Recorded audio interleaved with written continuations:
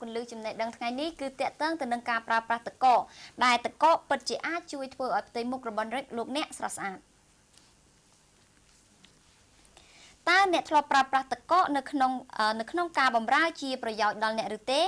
មនុស្សមួយចំនួនប្រើប្រាស់ទឹកកកសម្រាប់ការបរិភោគនិងក្លាសេបន្លែឬសាច់ដើម្បីកុំឲ្យឆាប់ខូចប៉ុន្តែទោះបីជាយ៉ាងណាក៏ដោយទឹកកកក៏អាចប្រើសម្រាប់ជំនួយឲ្យស្បែករបស់អ្នកស្រស់ស្អាតផងដែរខាងក្រោមនេះគឺជាចំណុចទាំង4ដែ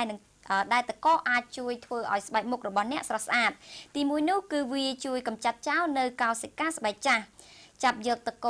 កកមួយដុំតូចដែលធ្វើការខ្ចប់ជាមួយថង់ឬក្រណាត់រួចយកវាមកដុសស្រាលឲ្យបានសព្វនៅលើផ្ទៃមុខរបស់អ្នកបើសិនជាអ្នកអាច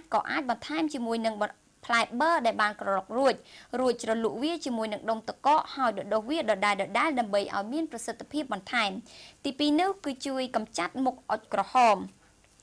ទឹកកកអាចបំបត្តិស្នាមអុចខ្មៅបានមួយចំនួនដោយគ្រាន់តែអ្នកយកទឹកកកទៅដដៅនៅលើចំណុចផ្ទៃមុខដែលមានស្នាមអុចខ្មៅទឹកកកមានសារធាតុដែលអាចជួយរំលាយចោលនៅស្នាមជាំបានផងដែរទី3នោះគឺជួយកម្ចាត់រង្វង់ភ្នែកខ្មៅ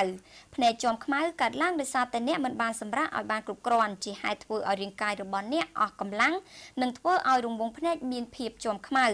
ទឹកកកអាចជួយកាត់បន្ថយនៅរង្វង់ខ្មៅនៅភ្នែករបស់អ្នក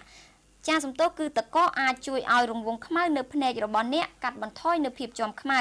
ដោយសារការខ្វះជាតិសំណើមពីរាងកាយ